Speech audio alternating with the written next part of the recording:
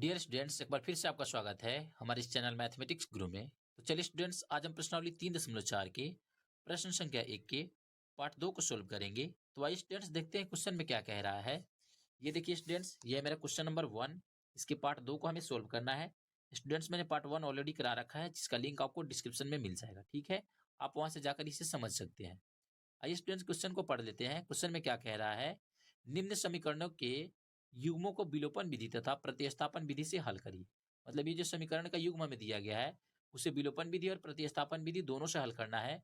और कौन सी विधि अधिक उपयुक्त है आपको बताना है, आपको कौन सी विधि अच्छी लगती है ये आपको बताना है। ठीक है, तो यहाँ पे स्टूडेंट्स आप देख सकते हैं, एक इक्वेशन यहाँ दिया गया है, एक इक्वेशन यहाँ दिया गया है।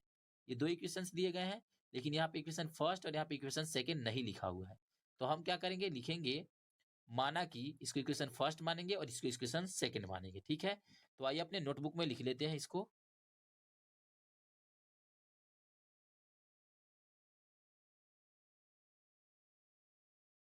तो देखिए स्टूडेंट्स, हमने इसे मान लिया है। अब हम इसे सॉल्व करेंगे प्रतिस्थापन विधि से और विलोपन विधि से। ठीक है स्टूडेंट्स, यहाँ देखिए, आप चाहे तो इस सभी में दो को कॉमन लेके भी बना सकते हैं। कॉमन ले लेंगे तो और आसान हो जाएगा। ठीक है, इन सभी में दो है तो हम दो को कॉमन ले लेंगे। ठीक है, ऐसे भी बन सकता है और नहीं कॉमन लेंगे तब भी बन सकता है, कोई दिक्कत नहीं है।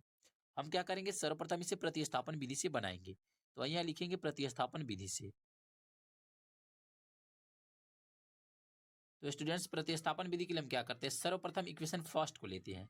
हम क्या लिखेंगे, समीकरण 1 से। स्टूडेंट्स, आप इस विधि को ऑलरेडी पहले पढ़ रखे हैं।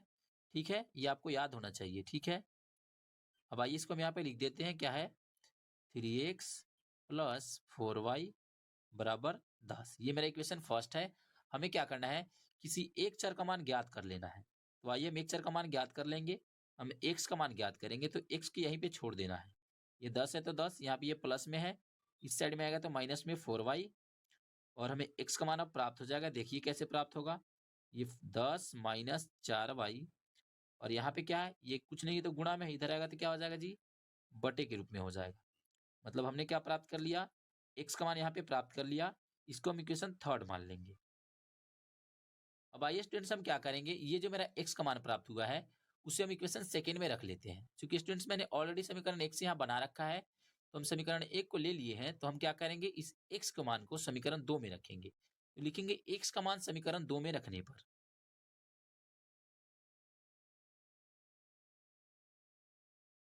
समीकरण 2 मेरा कौन सा है, ये है।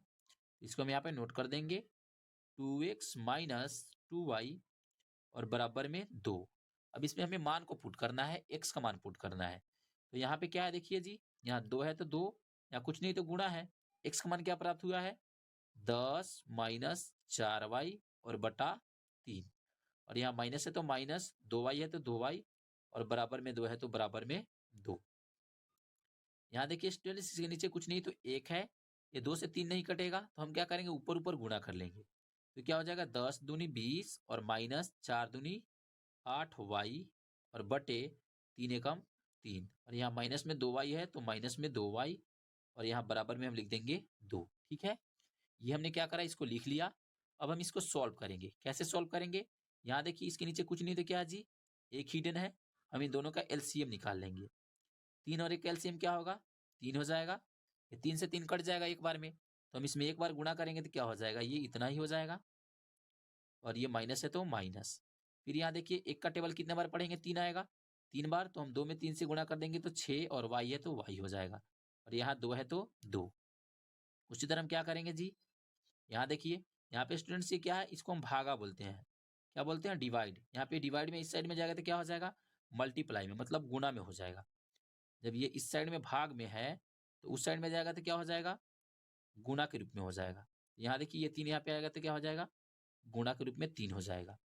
अब हम क्या करेंगे, यहाँ देखिए 20 है तो 20, माइनस है तो माइनस, ये 8y और 6y कितना हो जाएगा जी, 14y। चूंकि दोनों माइनस में है तो जुड़ जाएगा, माइनस में 6 और माइनस में 8, माइनस में 14 और बराबर यहाँ पे क्या हो जाएगा, 3 दूनी 6। अब हम क्या करेंगे स्टूडेंट्स, यहाँ देखिए ये भी अचर और ये भी अचर, दोनों अचर को हम एक साइड में भेज लेते हैं। तो ये 6 है तो 6, यहाँ पे ये प्लस में था, इस साइड में आएगा तो माइनस में। अब इसको हम घटा लेते हैं, माइनस में 14y और बराबर में इसको घटाएंगे तो क्या हो जाएगा, माइनस में ये भी 14 हो जाएगा। ये माइनस माइनस कट गया और यहाँ y है तो y, 14 है तो 14, यहाँ पे कुछ नहीं तो क्या है, गुणा में था, इधर जाएगा तो क्या हो जाएगा, भाग में। ये मेरा कट गया, ठीक है। 14 से 14 क्या हो गया, कट गया। इसलिए मेरा क्या हो गया, y का मान क्या प्राप्त हो गया, 1 प्राप्त हो गया। हमने क्या किया, y का मान 1 प्राप्त कर लिया। स्टूडेंट्स यहाँ देखिए, y का मान तो क्लियर प्राप्त हो गया, लेकिन यहाँ देख सकते हैं आप, x का मान मुझे क्लियर नहीं प्राप्त हुआ था। तो हम क्या करेंगे, ये जो मेरा y का मान आया है, इसको इक्वेशन थर्ड में रख देंगे, तब जाके ये क्या हो जाएगा, मेरा x का मान क्लियर हो जाएगा। तो लिखेंगे y का मान समीकरण 3 में रखने पर,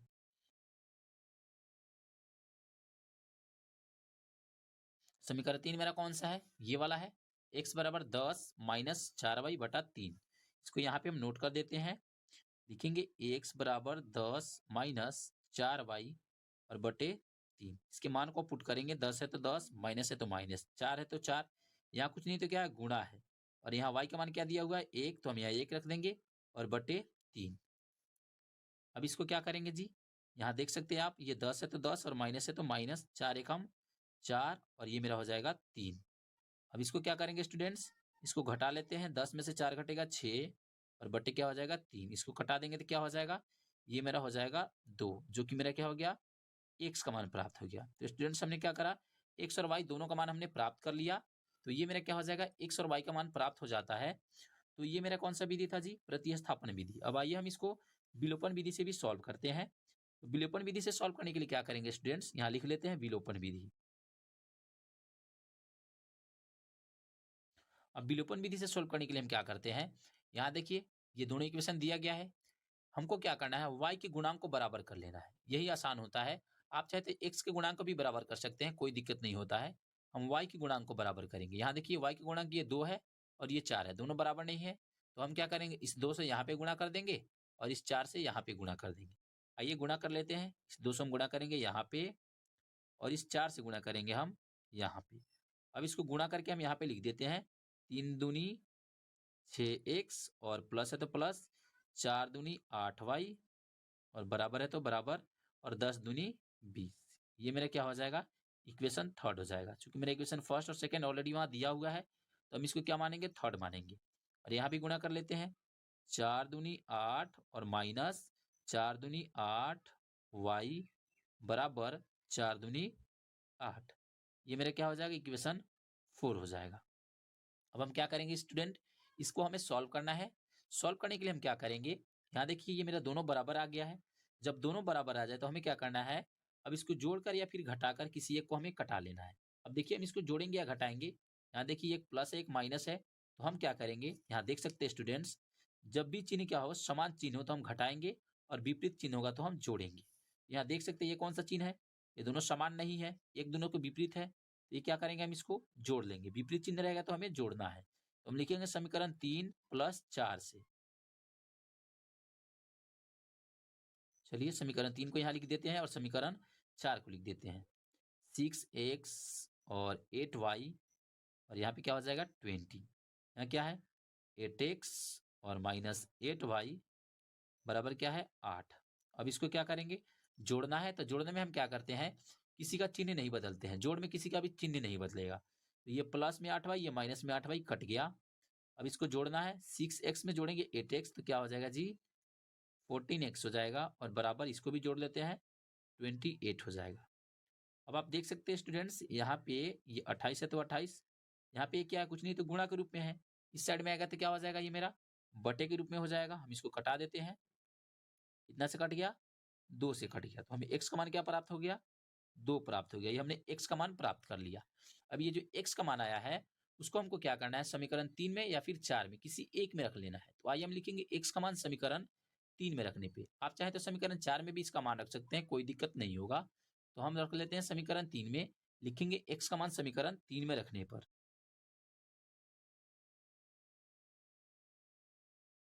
समीकरण 3 मेरा कौन सा है, ये मेरा समीकरण 3, इसको हम यहाँ पे नोट कर लेते हैं। क्या है, 6x और प्लस 8y बराबर 20।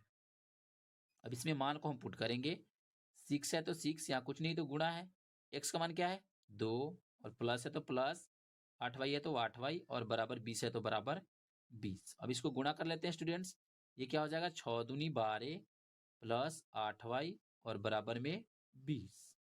ठीक है, अब इसको इसी तरह हम आगे सोल्व करेंगे। ये क्या हो जाएगा, यहाँ देखिए ये भी अचर और ये भी अचर, दोनों अचर को हम एक साइड में भेज लेते हैं। यहाँ पे क्या हो जाएगा 8y बराबर 20 और यहाँ पे क्या है प्लस में, इस साइड में आएगा तो ये मेरा माइनस में हो जाएगा। हमने क्या किया है, दोनों अचर को एक साइड में कर लिया है। अब इसको घटा देते हैं, 20 में से घटेगा जी 12, तो क्या हो जाएगा 8 और हमें क्या करना है y का मान निकालना है। तो यहाँ पे आके ये क्या हो जाएगा, यहाँ पे गुणा में इधर आएगा तो क्या हो जाएगा बटे में आ गया, तो हमें y का मान क्या प्राप्त हो गया, y बराबर हमें 1 प्राप्त हो गया। तो आप यहाँ देख सकते हैं स्टूडेंट्स, हमने यहाँ भी x का मान प्राप्त कर लिया और यहाँ भी x का मान प्राप्त कर लिया। देखिए x का मान 2 यहाँ भी है और वहां भी 2 है, यहाँ y का मान 1 है, यहाँ भी y का मान 1 है।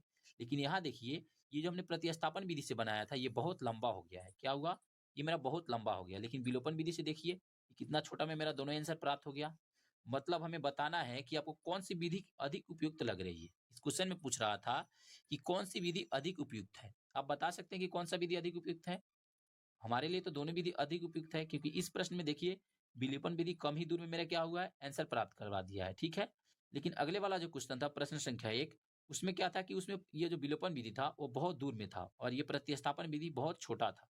लेकिन इसमें देखिए प्रतिस्थापन विधि बहुत बड़ा है। तो हमारे कहने का मतलब क्या है कि आपको कौन सा विधि अधिक उपयुक्त लग रहा है। हमें तो दोनों विधि अधिक उपयुक्त लग रहा है, दोनों विधि ठीक है, तो आप दोनों विधि में किसी भी विधि का प्रयोग करके आंसर ला सकते हैं। लेकिन जब आपको विलोपन विधि कहा जाए तो विलोपन विधि का प्रयोग करना है, प्रतिस्थापन विधि कहा जाए तो प्रतिस्थापन विधि का प्रयोग करना है।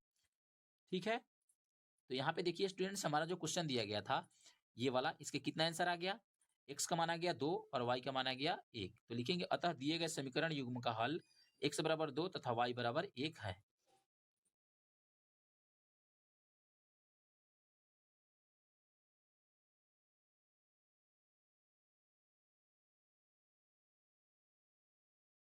और ये स्टूडेंट्स मेरा आंसर हो जाएगा। तो मुझे उम्मीद है स्टूडेंट्स कि आपको मेरी ये वीडियो अच्छी लग रही है। अगर आपको मेरी ये वीडियो अच्छी लगे तो कृपया आप हमारे इस चैनल मैथमेटिक्स गुरु को लाइक शेयर और सब्सक्राइब जरूर कर ले। थैंक यू, मिलेंगे फिर नेक्स्ट वीडियो में, तब तक के लिए बाय।